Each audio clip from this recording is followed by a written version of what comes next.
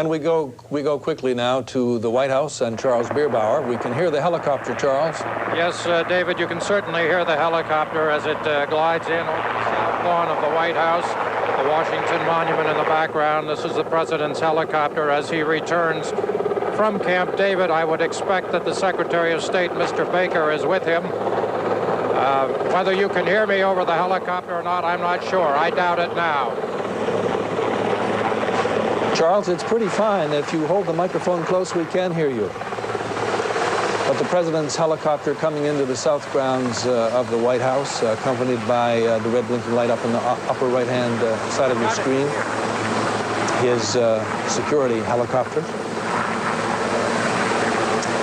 The television lights, of course, are off during this landing period so that the pilot of Marine One, the helicopter, won't be having any difficulties finding his 3 pads, one of which goes under each wheel when properly flown, and it never has not been properly flown.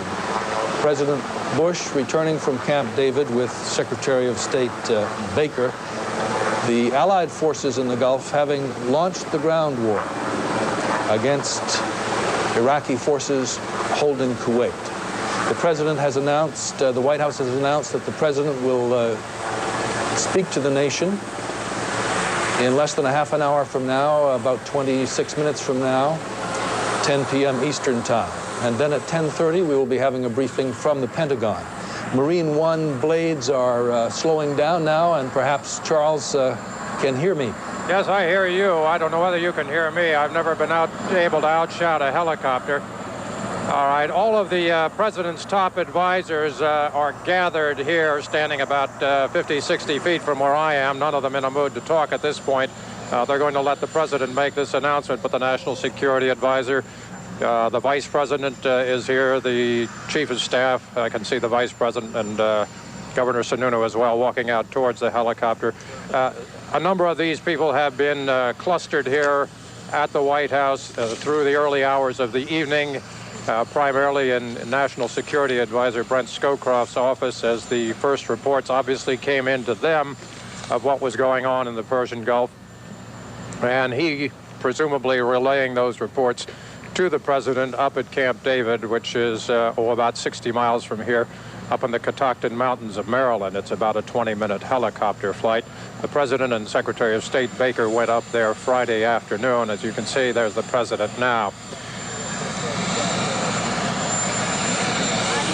The president was not just relaxing up at Camp David. He spent a good bit of the time on the phone. In fact, in the hour prior to the noon deadline, he spoke with Soviet President Mikhail Gorbachev. Mr. Gorbachev having called President Bush to suggest that there was perhaps a last-minute possibility of merging the U.S. and Soviets' plans for a withdrawal from Kuwait. Mr. Bush having told Mr. Gorbachev politely that that just was not going to happen, that the U.S. and its coalition partners were firm in their intention to carry out a ground war if, in fact, the Iraqis made no attempt to withdraw after the noon deadline.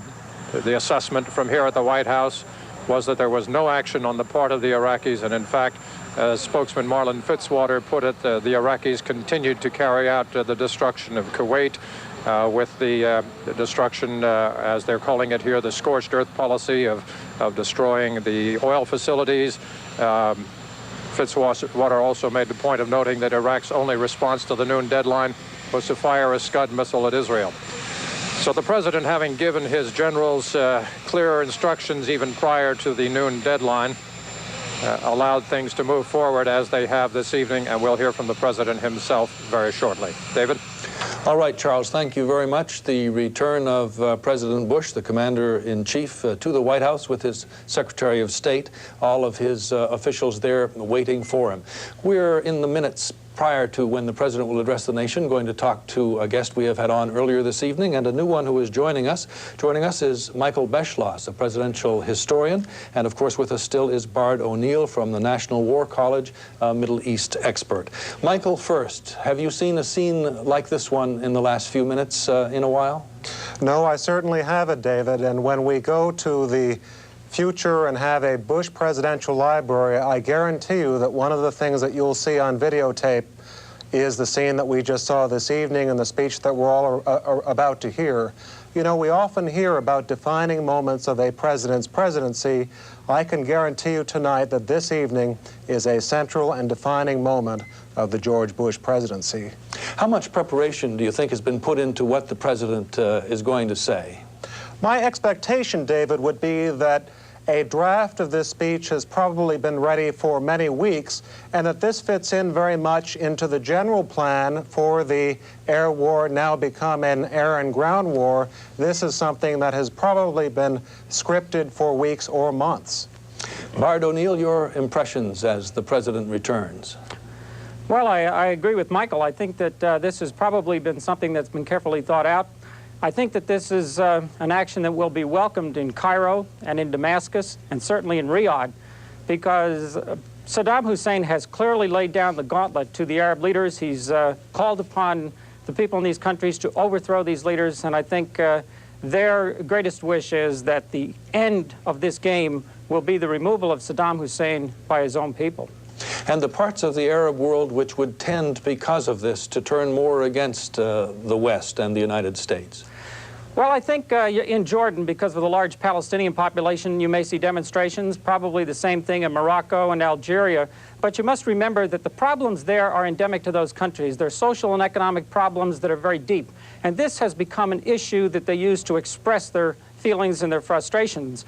I would expect these demonstrations to occur, but in time they will subside and an era of normalcy will set in. One other thing that I think is going to happen once the emotions go by the boards is that the Palestinians will sit down and once again they will realize that they have been sold out by an Arab leader. It is a very tragic situation for them. And that Palestinian question keeps coming back and coming back. Michael Beschloss, it has plagued previous presidents too, hasn't it? It has. It's an issue that really runs throughout the presidencies of the last number of decades, of course. But I think one thing that has been really extraordinary about the last number of days, just as we've just heard, is the fact that it really has vanished both from Saddam Hussein's calculations and also from that of Mikhail Gorbachev. I think that's something that is going to remain a very ironic echo in the minds of the Palestinians, the Arab world, and others in the future. I should interject for viewers who might have joined us in the last couple of minutes that the ground war is on in the Persian Gulf region starting this evening Eastern Time about an hour and a half ago. And we're talking now with Bard O'Neill of the National War College and Michael Beschloss, the presidential historian. Bard O'Neill, when was the last time you saw a moment such as we just had Michael describe, a commander-in-chief coming back under conditions like this? Well, the most striking moment for me, I think, was the night that the air war began. That was certainly dramatic thanks to CNN. That gripped me, and it gripped me in a special way because many of the pilots and the commanders in this war are former students of mine from the past few years. I see them coming across the television constantly. And now another group of former good friends and students are commanders in the ground offensive. So it strikes me in a very personal way, and I can only wish them the best. You know, Bard, when I run into colleagues of yours, you know, you all seem to have run across the same books, and I'm struck by how much has been taught to the Iraqi army by the Soviets and how little they would vary from it. And when we see the drawings of the experts of their positions, it almost seems to not be very much of an advantage to have had that training since we know it so well. Yes, and I've always been one of those who has tended to accent the failings of the Iraqi armed forces. I have not been all that taken with their leadership nor with their flexibility. I think they did improve in the latter phases of the war against Iran, but in the end they launched 5 offensives, but they were against 15-year-old kids and a ragtag remnants of the Iranian armed forces for the most part.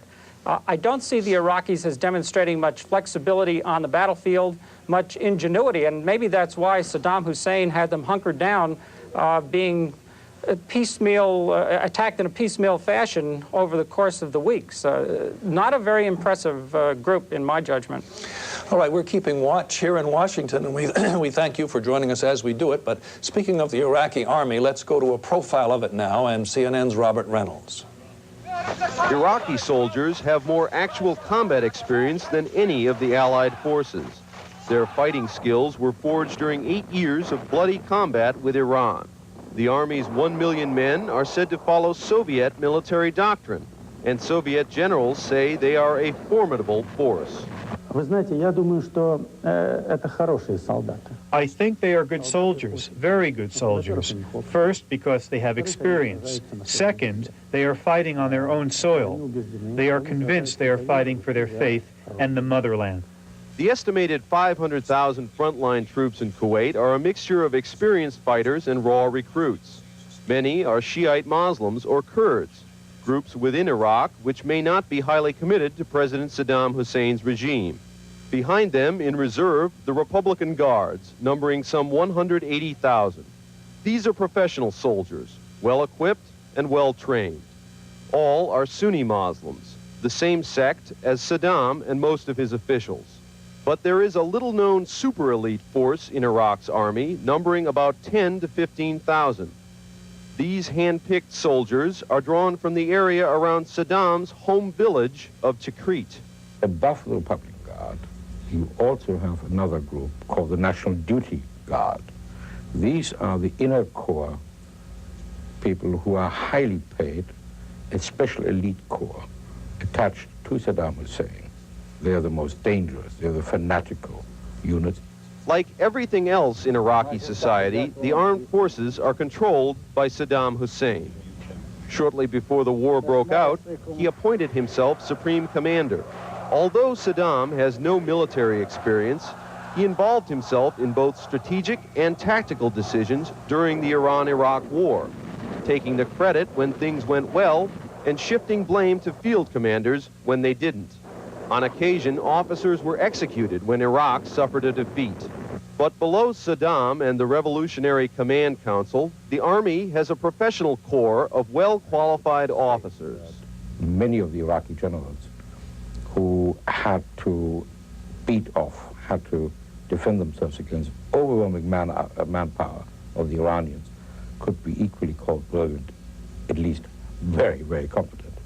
Because field commanders are not given leeway in making battlefield decisions, most Western analysts agree the Iraqis are not good at maneuverability and mobile warfare. Allied commanders hope to draw the Iraqis out of their fixed defensive positions and defeat them in open battle. And Allied aircraft have been blasting the Iraqi positions around the clock for weeks. But the Iraqi strong point is defense, and they have had 6 months to dig in. Following Soviet military doctrine, they plan to transform their heavily fortified zone in southern Kuwait into a killing field for the attacking Allied forces. The war hasn't begun yet for Iraq. It'll start when the United States starts to fight on the ground. They didn't intend to fight against the Allies in the air or on the sea. They knew they wouldn't win there. They did this kind of a defense against the Iranians for 8 years. And whatever else one might say about their tenacity or capacity to withstand this pressure, at least they have experience. This is one point on which Western and Soviet military experts agree. The Iraqi soldiers are tough. One reason may be the strict discipline in the army itself. A discipline one expert says is based on harshness and terror. The Iraqis sometimes, you could argue, are more afraid of what other Iraqis can do to them than what the enemy can do to them, with the result that they may be willing to withstand an enormous amount of punishment and continue to fight. How long and how well will they fight? Allied planners hope the weeks of bombing will wear down the Iraqis to the point where many will be unable to resist. There are signs that some units are running short of essential supplies. And I think there was a report from a defector recently suggesting that there is, and this is unsubstantiated, but nevertheless I was briefed, that 1 bowl of rice between 4 for the frontline troops, not the Republican Guard. But experts doubt that cutting off supply lines will lead the Iraqis to submit. We shouldn't believe that if they're cut off in Kuwait, they will all stand up at once, throw down their weapons and say, it's a fair cop, we give in.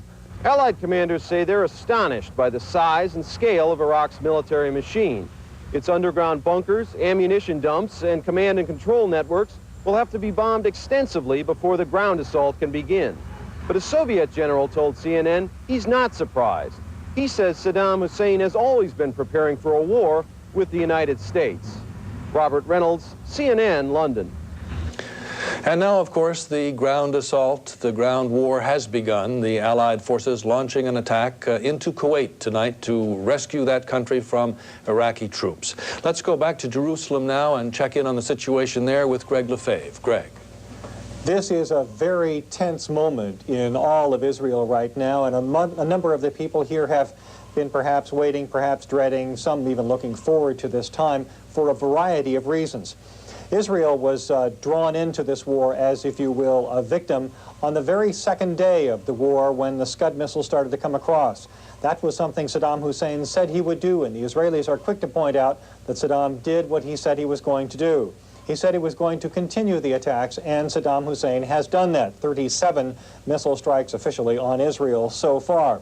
That has brought a death toll, that has brought considerable damage to Israel. This is the first time any outside country has done considerable damage to Israel. And what has been Israel's response? Israel's response has not been. It has been restraint, which is very untypical of this state as viewed from the outside. Israel right now says Saddam's other prediction has been that he will use chemical warfare on Israel.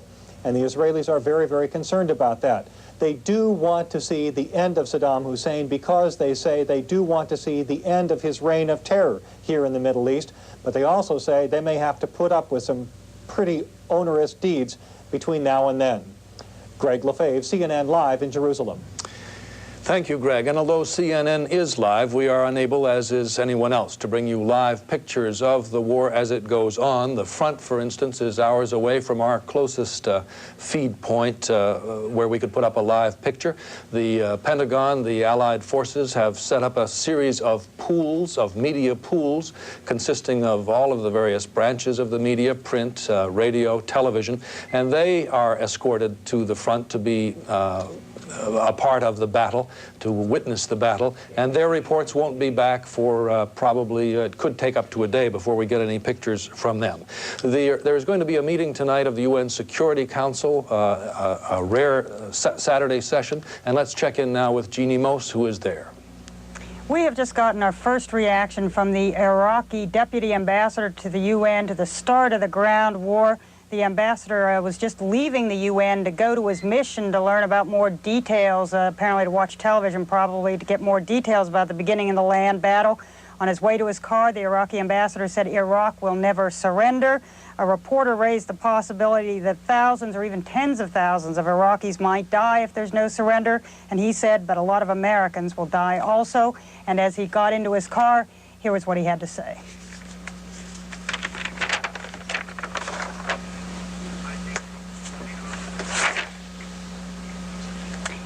You heard the voice there of the Iraqi ambassador to the UN.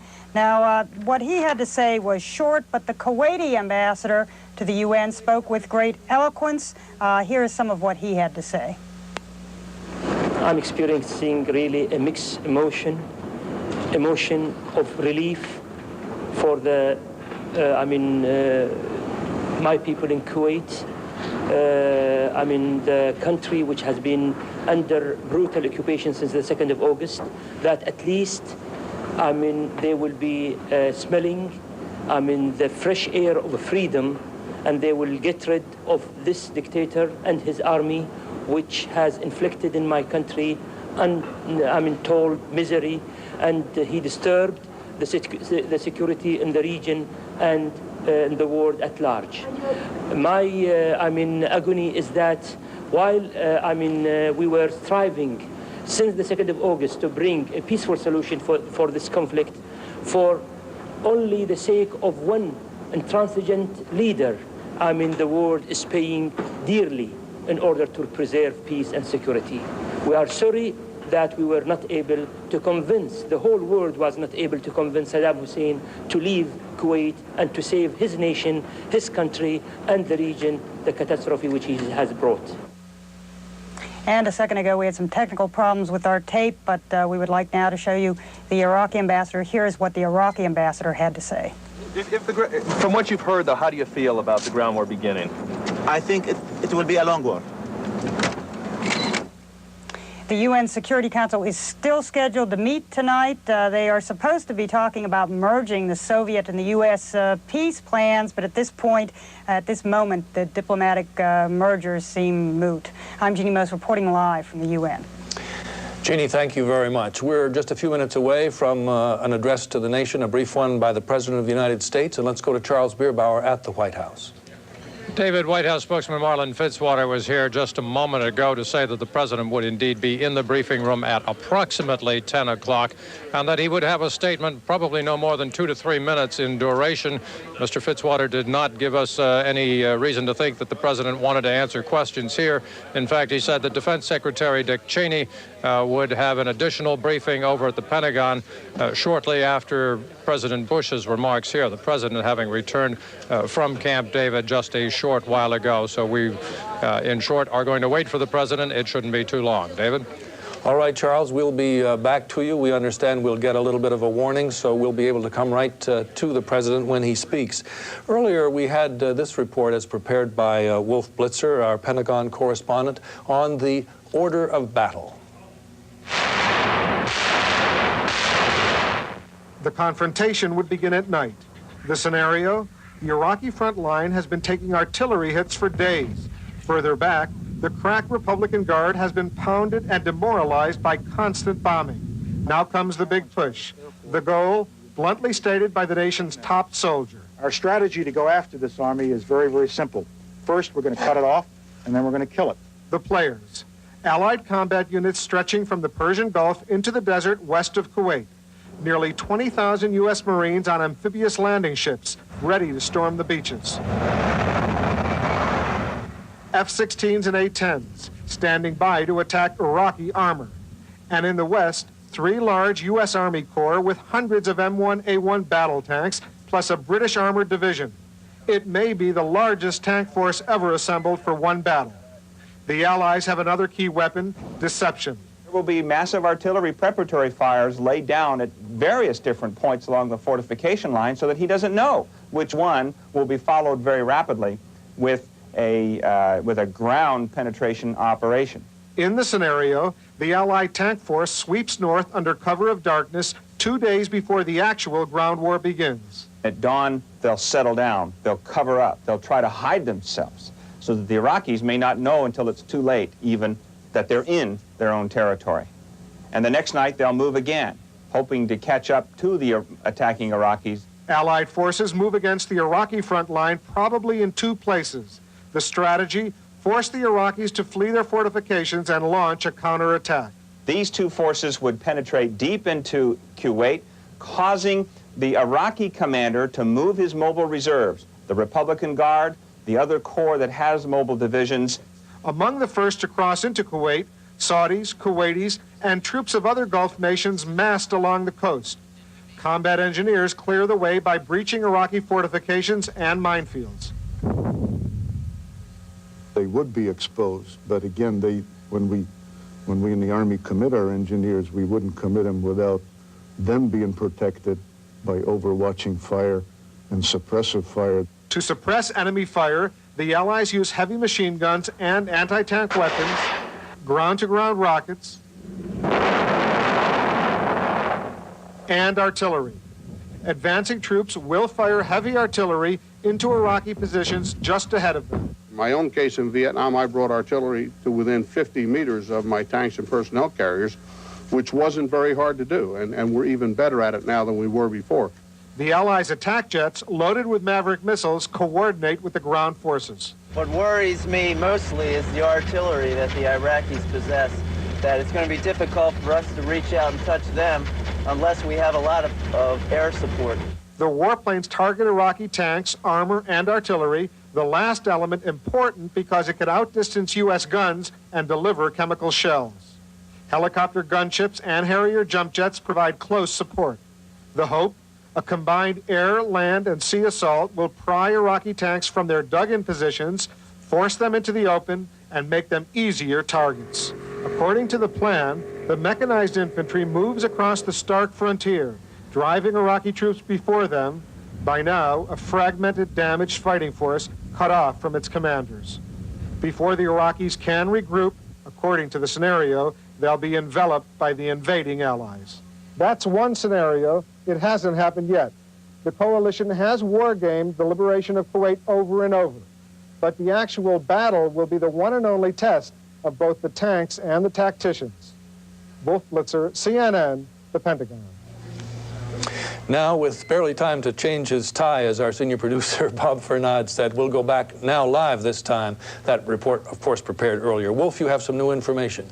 Yes, David. We're told here by sources at the Pentagon that the U.S. and allied air forces have now gone into what they call a surge mode, meaning they're increasing the number of air sorties, clearly underlining a point that we made earlier, that just because the ground war has started, it by no means means that the air war has been completed. If anything, it means that the air war now is going to be more intense, more aggressive, going after some of these Iraqi positions.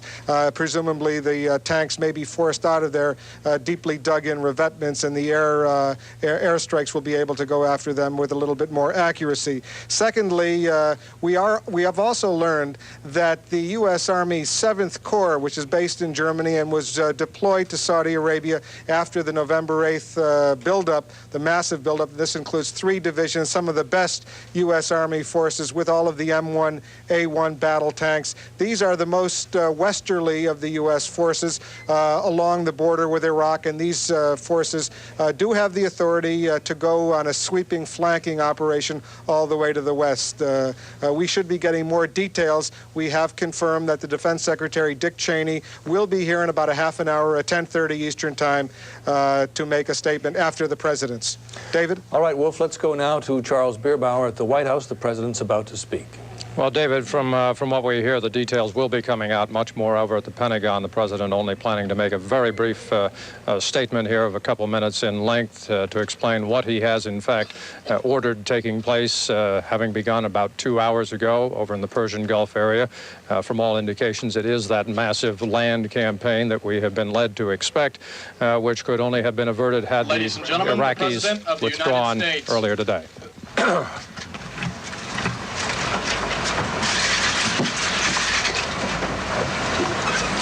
Good evening. Yesterday, after conferring with my senior national security advisors and following extensive consultations with our coalition partners, Saddam Hussein was given one last chance, set forth in very explicit terms to do what he should have done more than 6 months ago: withdraw from Kuwait without condition or further delay, and comply fully with the resolutions passed by the United Nations Security Council. Regrettably, the noon deadline passed without the agreement of the government of Iraq to meet demands of United Nations Security Council Resolution 660, as set forth in the specific terms spelled out by the coalition to withdraw unconditionally from Kuwait. To the contrary, what we have seen is a redoubling of Saddam Hussein's efforts to destroy completely Kuwait and its people. I have therefore directed General Norman Schwarzkopf, in conjunction with coalition forces, to use all forces available, including ground forces, to eject the Iraqi army from Kuwait. Once again, this was a decision made only after extensive consultations within our coalition partnership. The liberation of Kuwait has now entered a final phase. I have complete confidence in the ability of the coalition forces swiftly and decisively to accomplish their mission. Tonight, as this coalition of countries seeks to do that which is right and just, I ask only that all of you stop what you are doing and say a prayer for all the coalition forces, and especially for our men and women in uniform, who this very moment are risking their lives for their country and for all of us. May God bless and protect each and every one of them, and may God bless the United States of America. Thank you very much. Mr. President, any reports from the front?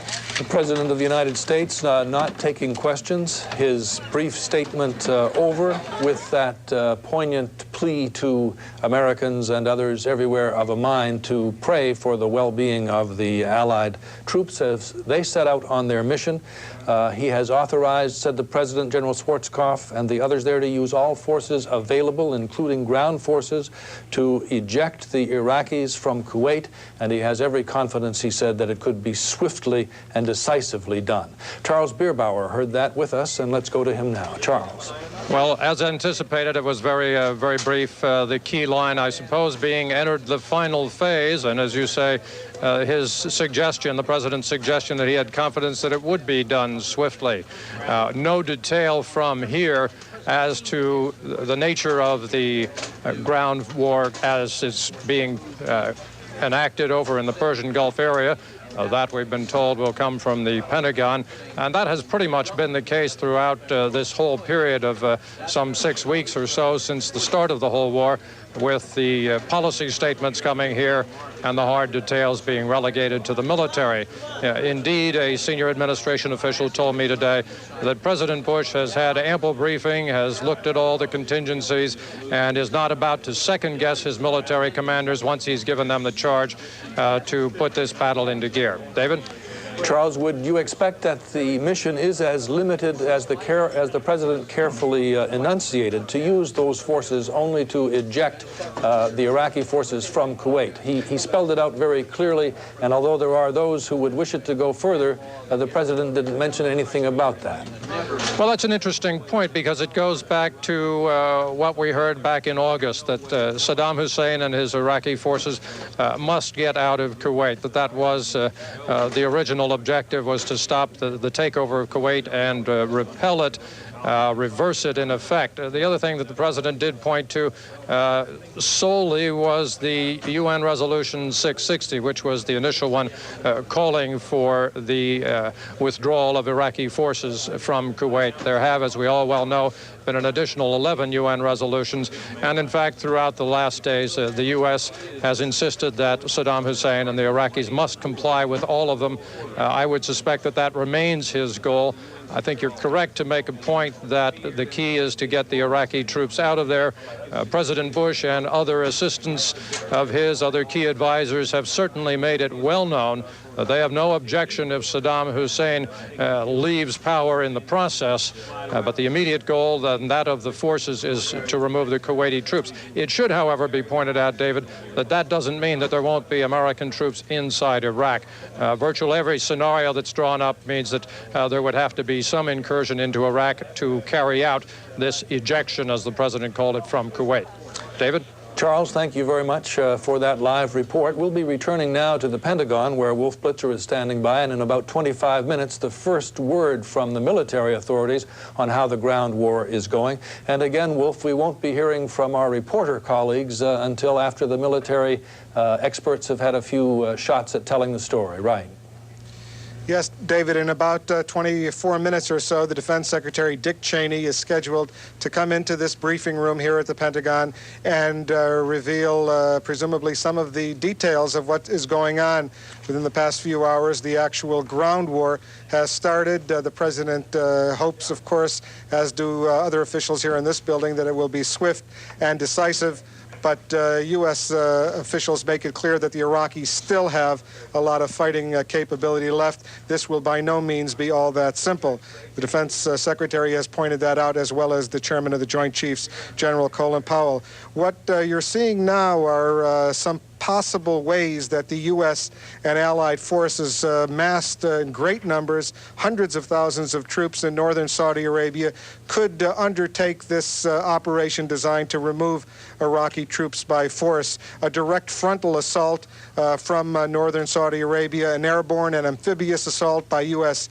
Marine forces, about 20,000 of whom are aboard amphibious and other ships in the northern part of the Persian Gulf, backed up by 4 U.S. aircraft carriers. Certainly there is a flanking operation that has been planned. The U.S. has some of its best tankers all the way to the west in northern Saudi Arabia, but designed to go into Iraq proper and try to do some sort of flanking operation against the Republican Guard, all of whom the U.S. intelligence community now says is in southern Iraq as opposed to actually being in northern Kuwait. The 7th Corps, the U.S. Army 7th Corps, based in Germany, is now in this Kuwaiti theater of operations, involved with its M1A1 battle tanks, presumably is playing a very important role right now, as are several other major U.S. Army divisions. The 24th Mechanized Division, based at Fort Stewart, Georgia, we're told has also been involved in some of these initial skirmishes, some of this initial probing operations, and presumably part of this massive U.S. and Allied operation as well.